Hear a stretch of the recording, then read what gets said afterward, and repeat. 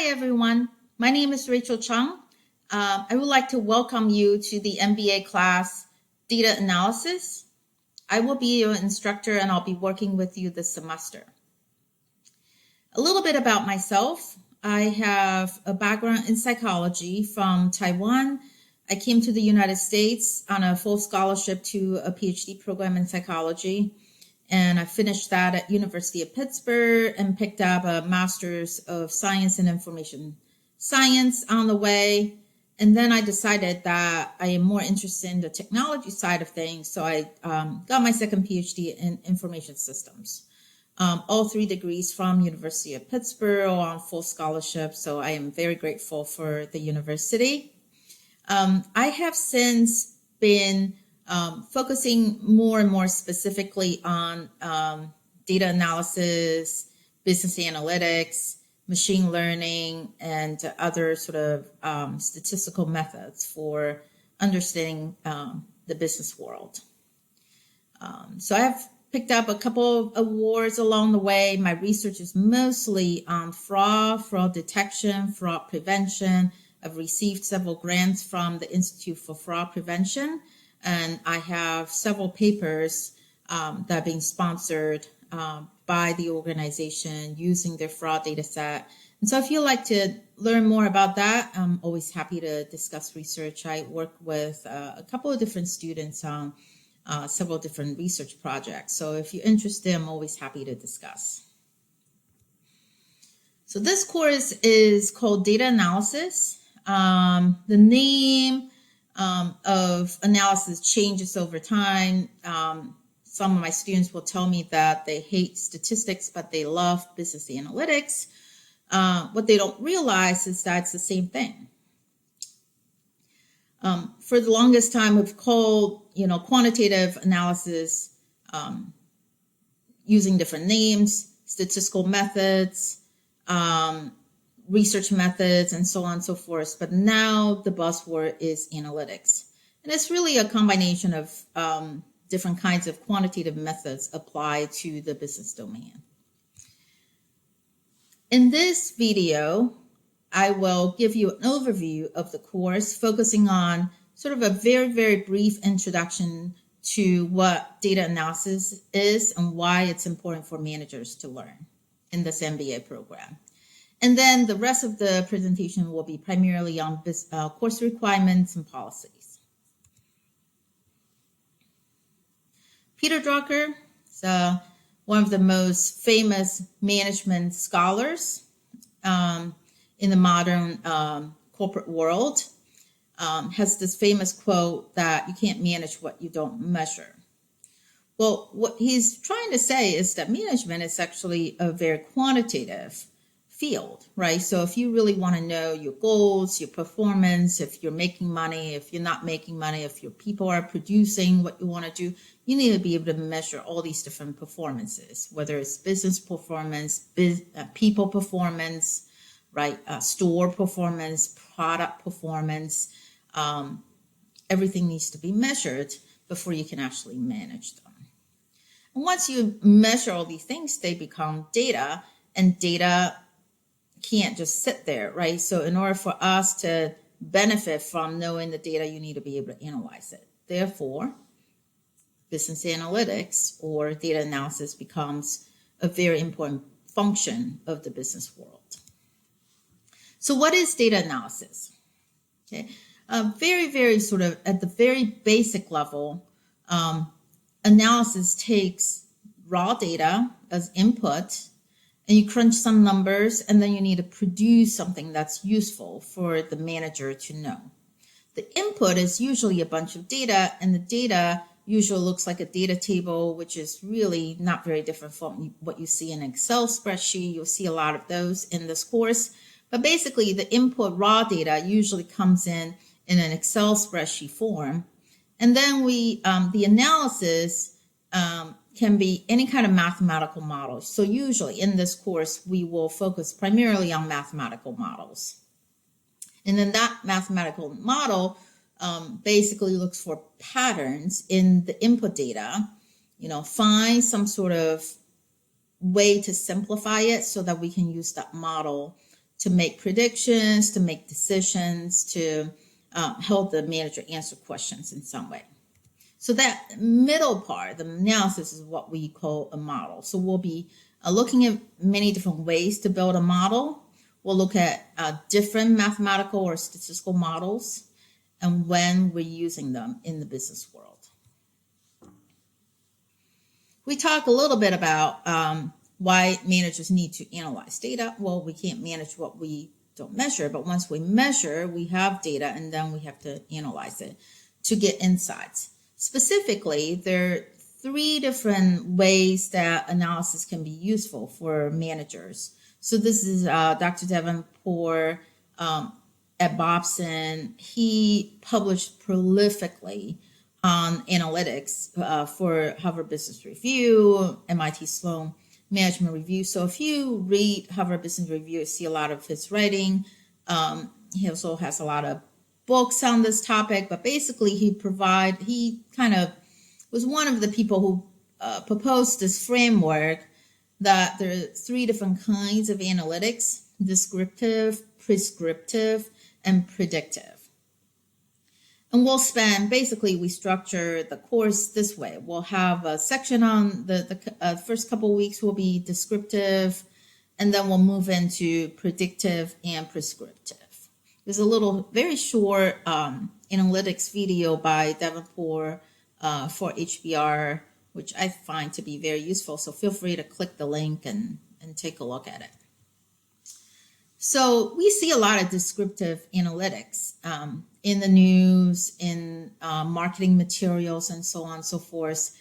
What we call infographic is usually descriptive analytics. Okay. So basically what it does is really just summarizes a lot of the data that we have. We find sort of the general patterns in the data, but you don't actually analyze anything. So descriptive analytics summarizes business activities, which is very useful. Someone has to tell us how much money did we make last month, how much money did we lose, this month, and so on and so forth. So those numbers have to be summarized. Somebody has to do it and put together a report. A lot of business reports you see are descriptive analytics. What's harder but actually more useful is predictive and prescriptive. So predictive a lot of times involves 2 numeric variables, or 1 numeric and a categorical variable. We'll talk about what these are. But basically you see patterns between 2 variables. So descriptive analytics usually involves only 1 variable at a time. Okay. But prescriptive and predictive usually involve 2 or more variables at a time.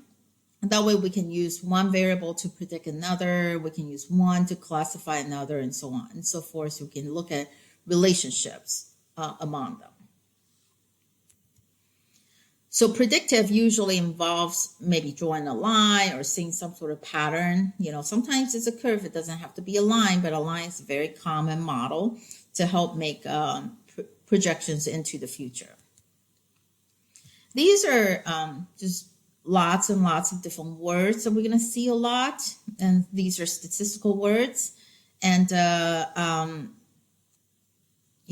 they may seem very scary, like this chi thing, this square thing, this probability and regression, ANOVA, right? So these may sound very scary, but hopefully in 7 weeks, you'll become very comfortable with these words and you'll be able to use them with confidence. Okay. Taking this course, why are we making you take data analysis in your first semester at William & Mary?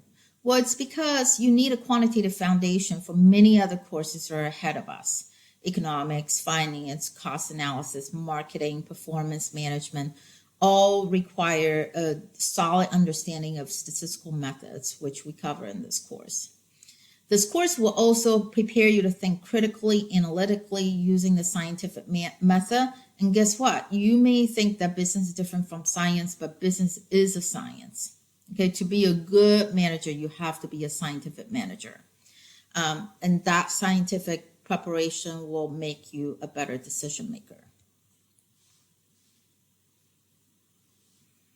So let's talk about expectations. We assume that you're familiar with algebra, probability, and Excel skills. There was a summer preparation series on probability that hopefully a lot of you have watched. I will have some review questions in our next couple lecture in week 1, and there will also be some problems on probability in your first assignment, just to make sure everybody's on the same page. We'll also use Excel extensively, although we'll use it mostly on Google Sheets, not Excel, but the functions are very similar.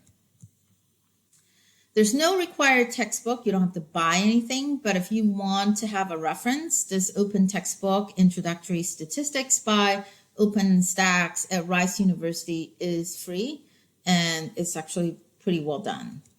So feel free to use that. Most of our learning materials are posted on this external course website.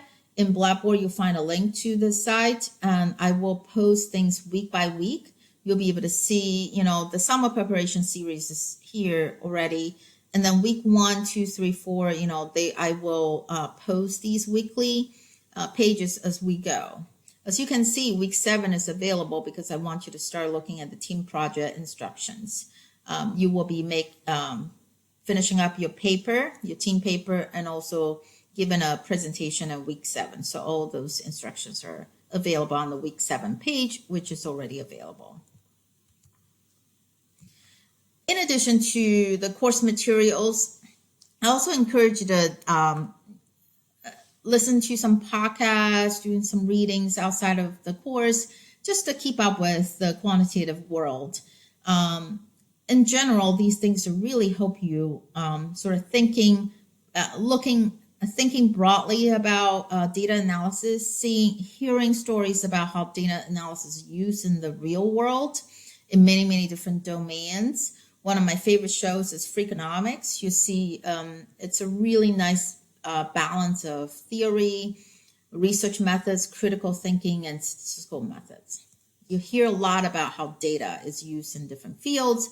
If you're interested in sports, Counterpoint is an excellent sports analytics podcast that I encourage you to listen to as well. So it's run by MIT Sloan Management Review.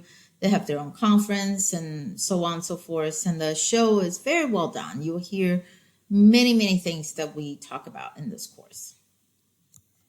Okay. The course is very short and very intense. We only have 7 weeks and we have almost too many things to cover. So it's impossible to cover every little thing about statistics. It's such a broad field. People can spend their lifetime learning about it. In this course, we focus on the very basics, the basic essential skills that you need to understand other courses. Okay, and we'll focus on descriptive, predictive, prescriptive, and we'll dabble a little bit on machine learning if we have time to do that before we have to finalize our final project. Okay, so here's the weekly goals. Okay, so for attendance, because we have students taking the class in many, many different modalities, you may be sitting in the classroom, you may be Zooming in. Those of you who are in a different time zone, you may potentially be taking this course asynchronously as well.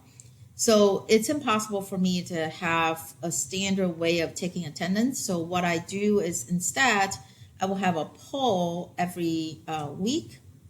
And then all you have to do is finish the poll before the deadline at some point. And the poll is on the lecture. So this is one way for me to hold you accountable for the lecture. So just keep in mind, there will be 7 polls. I'll be reminding you a lot on due dates and what you need to do. But this is sort of a glance at the overall schedule. You should also participate in class discussion. But again, because we are all spread around the world and different modalities, it's not possible for us to be all in class and participating at the same time. And so I would like to have a participation platform that everybody has access to, whether you're in Williamsburg or not. So we're going to use this platform called Piazza. I already sent an invitation to you, and you should accept the invitation, activate your account, and start participating in Piazza. We'll talk more about that. So participation is graded. It's out of 100 points. Attendance is not graded. Attendance is required. So you're required to watch the lectures, attend classes, and participation is sort of beyond the passive attendance, right? So you need to actively engage in the conversation as well. You have 4 individual assignments. They're due 5 p.m. on Fridays, Eastern Standard Time. Each one is 50 points. So we have a schedule, and I'll be reminding you a lot about the due dates, what needs to be done. We'll go over the assignments in class. With your learning team, you'll be finishing a team assignment. So you can see the team assignment is a big part of your grade, 450 points out of 1,000. The first team assignment is due in week 2 at 5 o'clock on that Friday.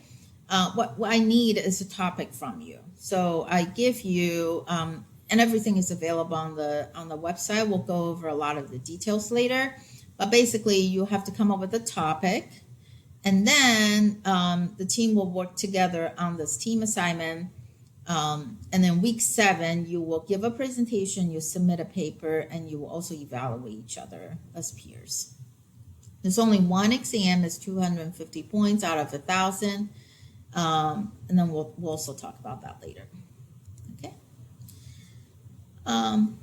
One thing to keep in mind is that with data analysis, if you have taken a statistics course before for your undergrad or even high school AP, you will a lot of the ideas will feel familiar.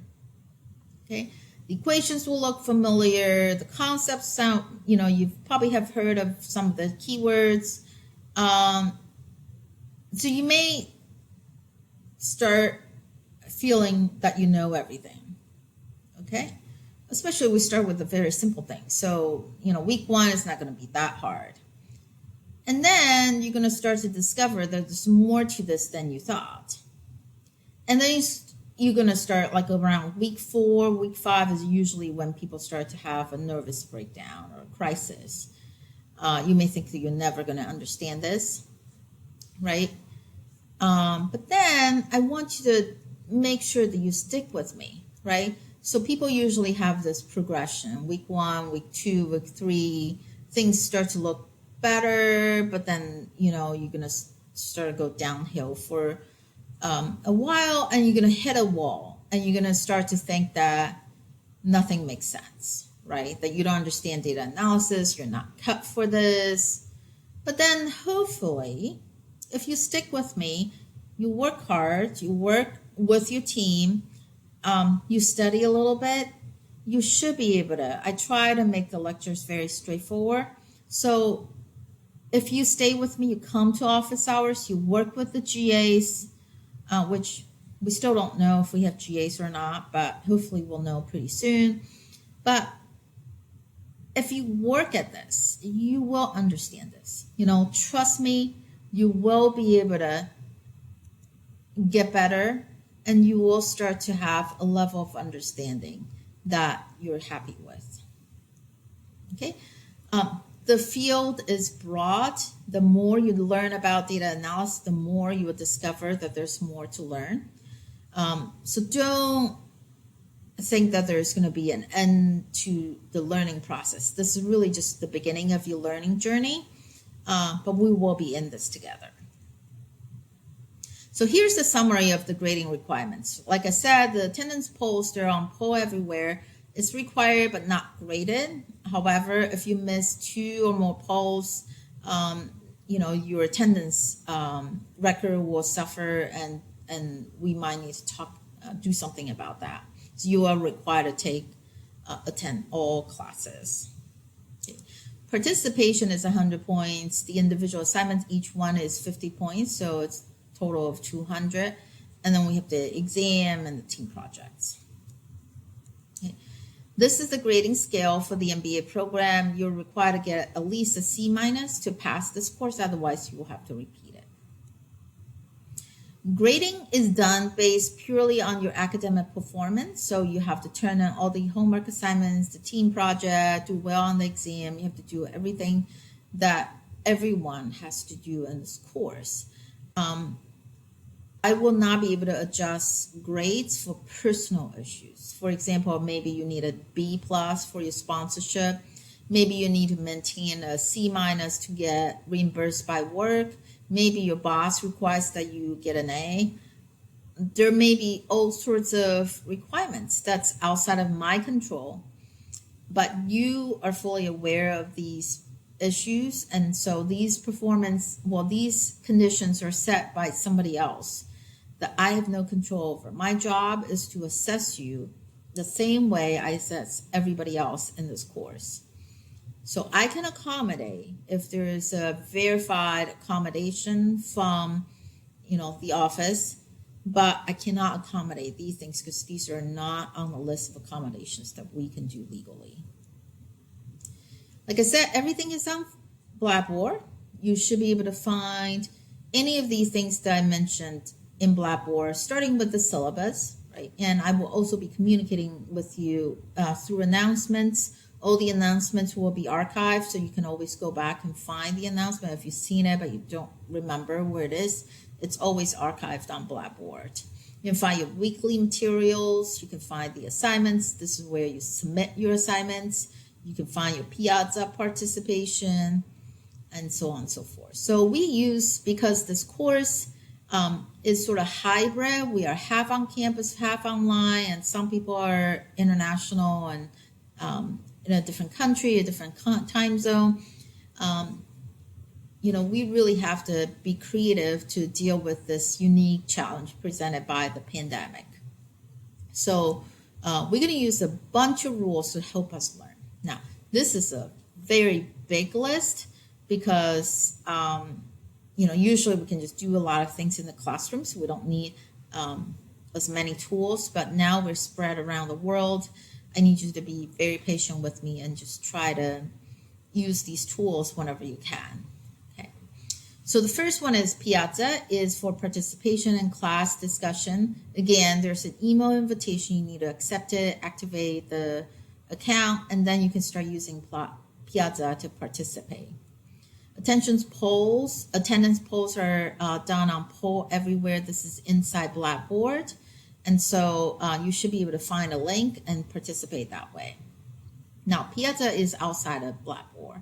It's not part of Blackboard. The university does not use Piazza. I'm using it simply because I've seen lots and lots of benefits of Piazza. It's definitely much more user-friendly and easier to use, and also has a lot of really, really good, strong, excellent features that's lacking in discussion board in Blackboard. So that's why I decided to use that one. Okay.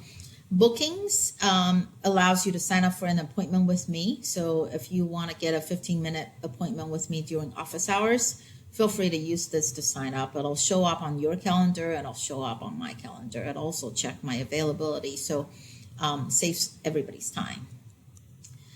Honor Log is something that we're going to use for proctoring for the exam. So the exam is open book. You can use notes and so on, but you need to be working on your own assignment problems. And we will be using the system to monitor what you do on your computer. So we'll talk more about this. For your homework assignments and course materials, we'll be using these three tools. Okay, Google Sheets, JSP, and Tableau. So Google Sheets is it's a replacement of Excel. It's easier because we can all be on Google Sheets together. It's in the cloud, and the functionalities and the formulas are very, very similar to Excel. So the skills are definitely translatable. It's just easier to use when we're teaching remotely.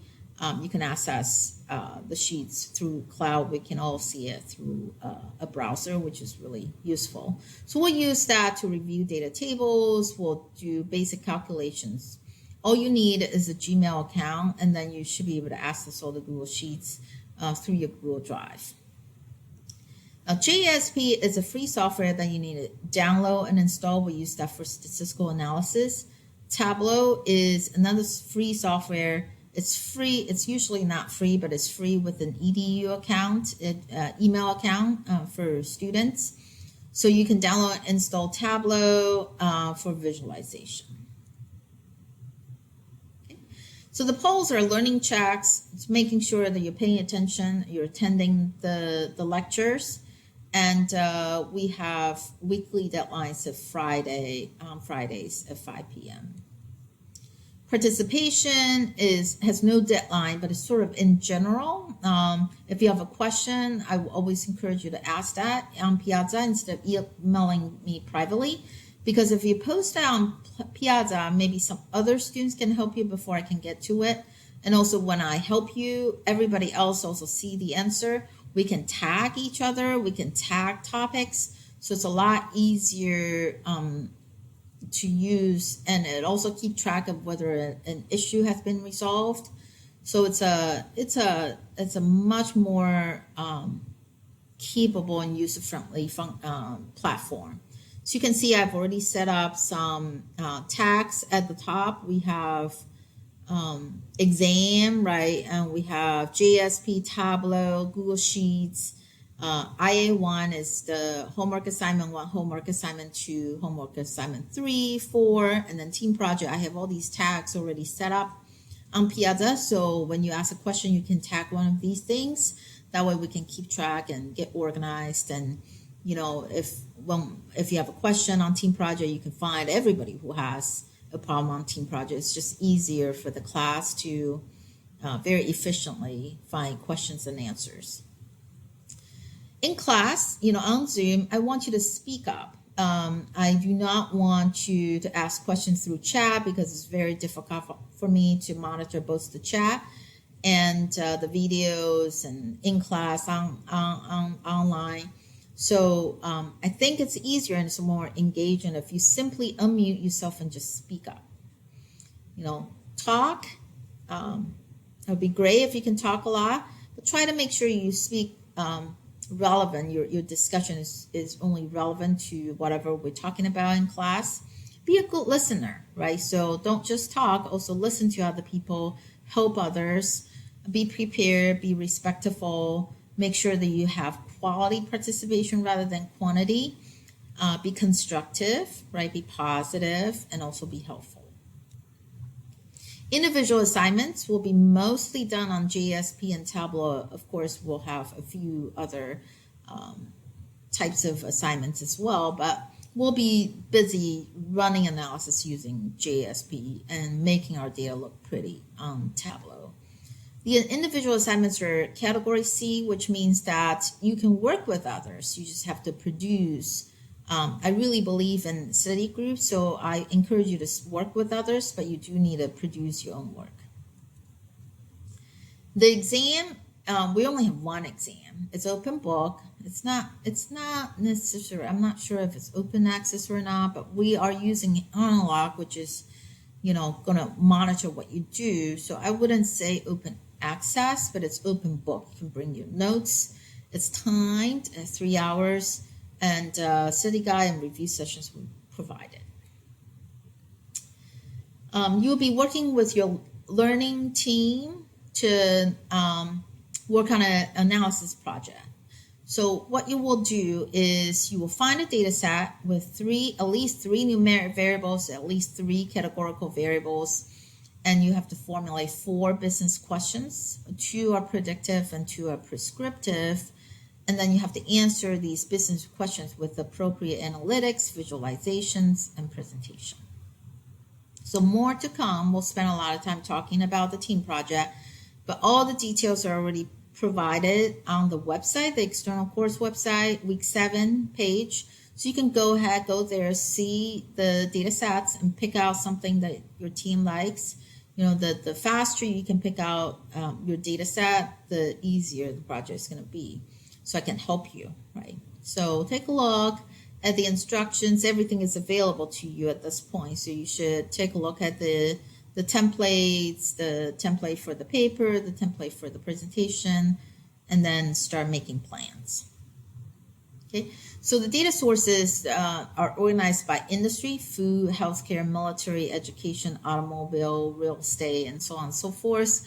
So your team can get together and discuss what you're interested in and maybe pick data sources based on your interest. Now, I also have, there are also many other data sources that are not listed here. This is just a, sort of a small sample of things that I'm familiar with that I think are relatively easy to work with. But Google actually has a database search engine, so you can always search for data sets that way. So here's an example. Say you're interested in state of Virginia data, with OpenGov.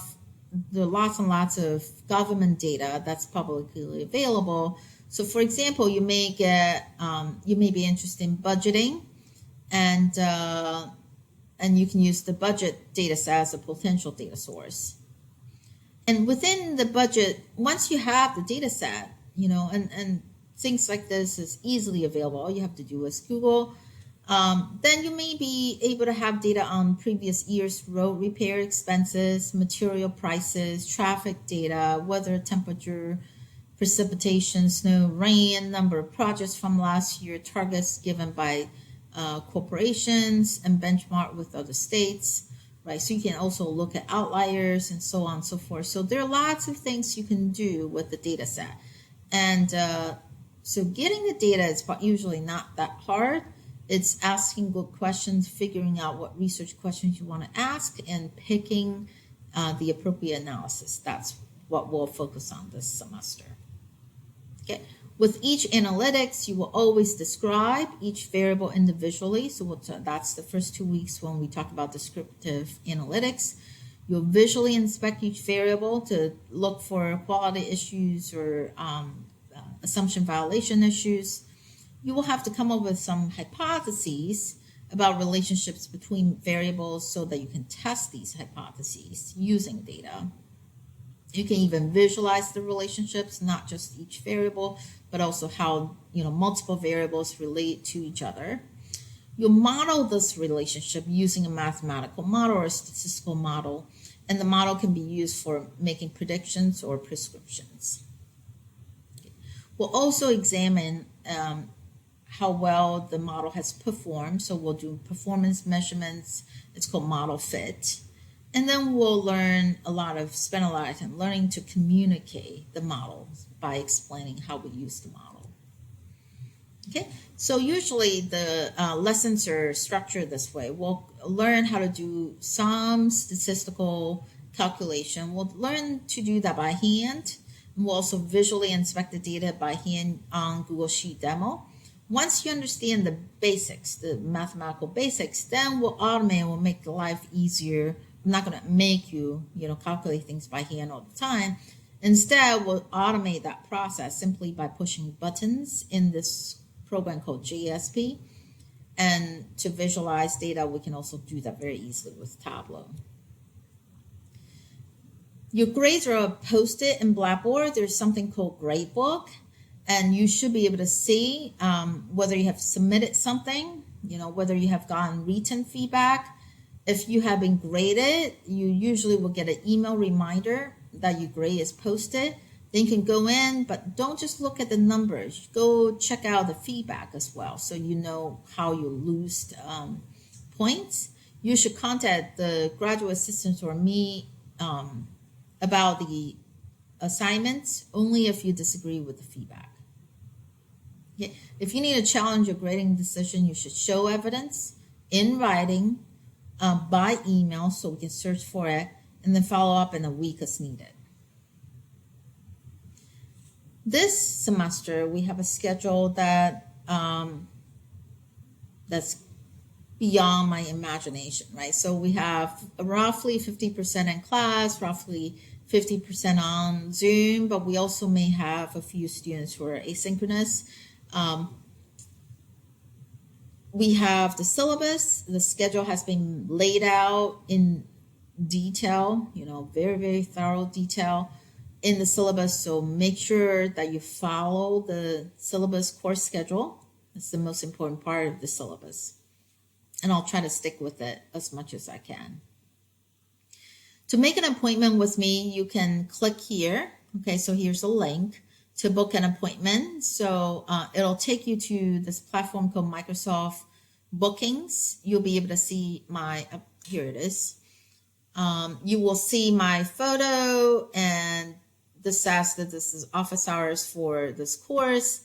And then you will see available staff, which is just myself or anyone, but either option, you'll be taken to me. And the available slots over here, so you can just look at the dates. And if you choose this, you can just sign up, add your details, and I'll get a notification. We can meet that way very easily.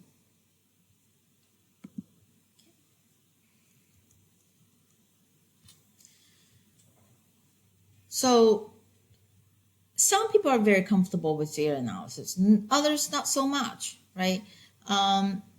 But I know you're all overachievers. You want to succeed. You want to get straight A's. So how do you manage data analysis if you don't feel very confident about this course? But I will encourage you to form study groups. The individual assignments, you have to do it individually, but you can study with a group. You don't have to do this alone, right? You just have to complete it alone, but you can discuss and ask questions. You can ask me questions. You can ask the graduate assistant questions. You can ask your classmate. So I would say be proactive, right? These are things you can do. You can form these groups. If no one else has a group, you can start your own. Visit me for office hours, visit the GAs. Hopefully we'll have GAs, and you can go to their office hours too.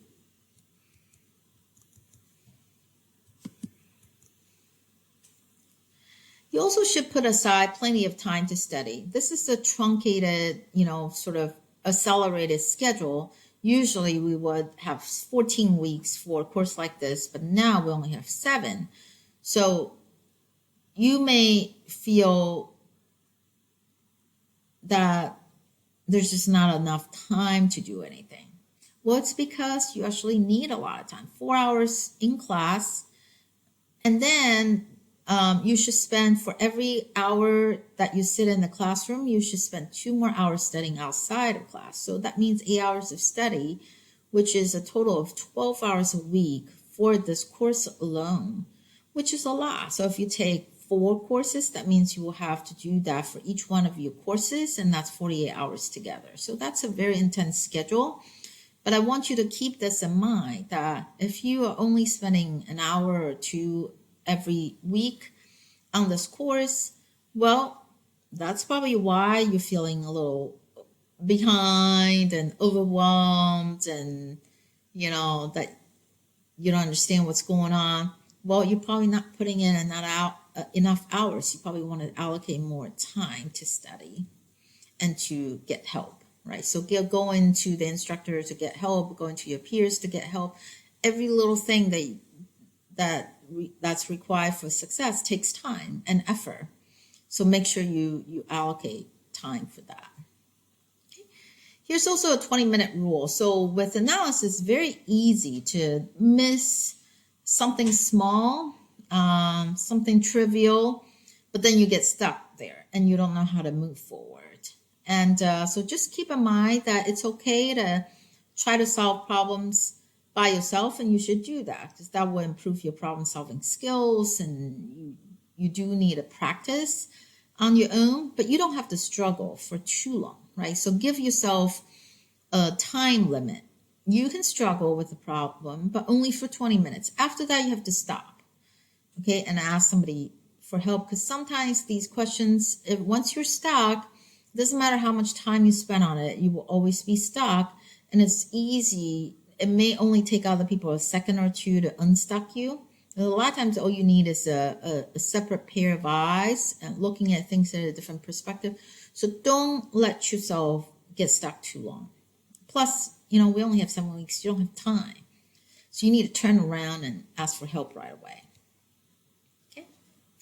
And now let's talk about software installations. Like I said, you will need 3 software programs to do your homework. First of all, you need Google Sheets, and this comes with your Gmail, so it's very straightforward. JSP is free, it's open source, and it's a GUI based, so meaning that it has a user interface. You just have to click buttons for analysis. In the back end of the software, it's written in R, so you're really pushing buttons to run R commands. So R is a very, very popular statistical software. So JSP is completely complying with R. So whatever you think, if you heard that R is great and so on, well, JSP is just as awesome. You should download and install this free software on your laptop, and you should start watching tutorials so you become familiar with the interface. We'll go over that as well, but the video tutorials from their website are excellent, and you should watch them. Okay, we'll use the software for statistical testing. Tableau is a free, it's a commercial software. You usually have to pay for it, but you do get a free license with your EDU address. You can download and install it on your laptops. Here's a link to academic and teaching, sort of licenses. That's where you get your free license. So make sure you use this link, and we'll use it for visualization. Okay, policies. This is, we are taking this course during a pandemic. So it's not this, this is not some mundane, typical semester, right? So this is no joke. We are dealing with a serious pandemic worldwide, so it's crazy. However, my goal is to maintain the same level of high quality learning, and it's just through different modalities, right? But we should be able to do this and maintain the same level of rigor and quality as we had in the past years. However, I also understand that, we're all doing this out of our living room, out of our bedroom, and you may have to share the house with many other family members or roommates and so on. So it's okay to be informal, right? I think the most important thing is that we will be flexible, and we'll be having a lot of empathy for each other, and we'll have to be here for each other. Okay, so it's okay to have kids and pets. I've seen it all. People, breastfeed and change diapers on Zoom calls with me, and I'm okay with that because, life is hard in the pandemic, and if that's what you need to do to get through the day and get through the meeting, to get your work done, I'm totally there for you. My job is to make sure you're engaged, right? So that's why we're using all these different software programs to make sure that I engage you asynchronously, synchronously, around the world and so on. So I will, because the Zoom calls, the videos, and the, can be hard to make sure everybody's engaged. So I may call upon you. Okay. So always be ready, pay attention, because you never know when you're going to be called upon, and you should always be ready to participate. Okay. And you should always use the discussion board, which is the Piazza platform, to participate. Honor code. So we have a very, very long tradition of honor code at William Mary. I could tell you, I can read the honor code to you and so on and so forth. But my advice to you is very simple. Just don't cheat. It's not worth your professional reputation. You're here to build a professional career. You don't want to kill your professional career before it even starts, right? I've seen many, many people who have cheated. In fact, President Putin of Russia plagiarized his dissertation using one of my dissertation advisor's books. If Putin will get caught, you will get caught. So just don't even try. It's just not worth the few points that you're going to gain. And sometimes, I also wonder if you're really good, like, don't you wonder if the paper you're copying is actually correct? How do you know these people are actually giving you correct numbers, right? So if you study hard, I think you're probably more reliable than anybody else in the class. So just do your best, Try to give your best effort and just go with it, because that's just the way life is. And you're all very smart. Otherwise, you wouldn't be able to get here, right? So I am confident that all of you, if you study hard, you'll be able to do this on your own. Okay. The materials in this course, the copyright belongs to the instructor. So that includes the syllabus, assignments, exams, PowerPoint. I put everything on the internet. So it's not that other people can't see them. Okay. So they're right there, but you should not be sharing or posting or promoting these things publicly without the instructor's permission. And there's something called Course Zero that more and more faculty is aware of. We just want to remind you that Course Zero is a violation of copyright, but because you're actively posting and sharing course materials with others without the instructor's permission. In fact, you can use Course Hero if you have the instructor's permission. Okay. However, you have to ask for it first. I would say stay away from Course Hero. Course Hero actually hurts your reputation as well, because they actually post your name on it. You don't want to be caught using Course Hero on the internet. We have students who have been caught because they didn't realize when they post these things, their names are associated with it. Again, professional reputation is priceless. I will be recording class sessions. However, you're not allowed to record class sessions on your end. You're also not allowed to share class recordings without permission. Again, these recordings are copyright. They belong to the university, and you should not be sharing these things without permission. Zoom protocol. So you should log in. Okay, every time you join a Zoom session, you should log in. That way your screen name shows up properly. We also track your attendance by using your login, so make sure you log in. If your screen name, sometimes the screen name picks up the laptop, the username of the laptop. If you're using somebody else's laptop, it may not show up as you. Okay, so you need to pay attention to your screen name, change it to your preferred name, your actual name or your preferred name. That way the instructor can take correct attendance. If you are using Zoom in the classroom, sometimes we'll have to do that. So even though you're coming to the classroom, we may ask you to be on Zoom. That way you can communicate with students who are online. What you need to do is you need to bring a device that can run Zoom. You probably need an Ethernet cable so that you can access the internet a little faster. And you also need a quality headset, preferably with noise cancellation capabilities and also a built-in microphone. Because when we have lots of devices in the classroom, everybody's on Zoom, will get really terrible feedback. So if you ever want to use Zoom to talk, you will need a headset. Zoom, we'll treat Zoom class meetings as any other class meetings. You should arrive on time just to be professional, and it's a courtesy to others. You should stay muted and unmute yourself when you need to ask a question or participate or contribute. Do not ask questions using chat, because it's very difficult for me to monitor the chat when I'm teaching. So we'll disable chat, and if you need to ask a question, just unmute yourself and do that verbally. Keep the video on so I can see your face. We need everybody to see each other's faces just to sort of recreate the classroom experience as much as we can. You should stay until the end of the class, so never leave early or arrive late, right? So just treat this as your regular class. Again, Zoom in the classroom, you need to mute the microphone and mute the speakers. Well, we're in the pandemic, so you'll need to wear a face mask and you need social distance. No exceptions. If you don't have a mask, if I have extra masks, I will offer you a mask. I'm planning to bring masks with me to the classroom. However, if you refuse to wear a mask, we'll have to ask you to leave the room.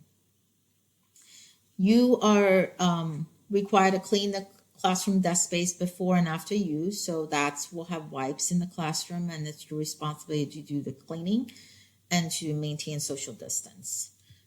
In order to maintain social distance, we'll have all office hours and help sessions on Zoom. So I can help you, I just can't help you close up. So try to keep a distance from me.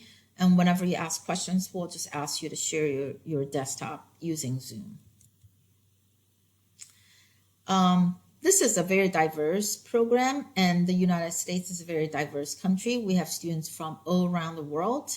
So we'll need to ask everyone to respect our differences in opinions, differences in cultures and background and upbringing.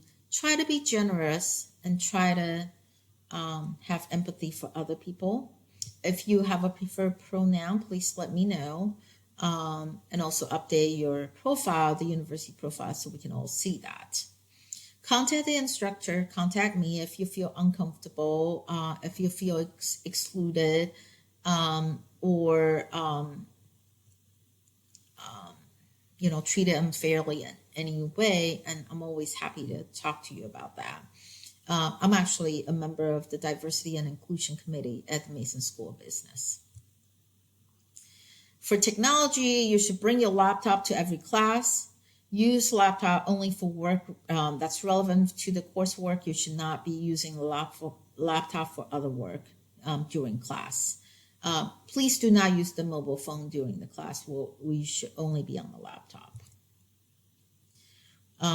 Not allowed to have food or drink in the classroom because your face has to be covered the entire time during the pandemic.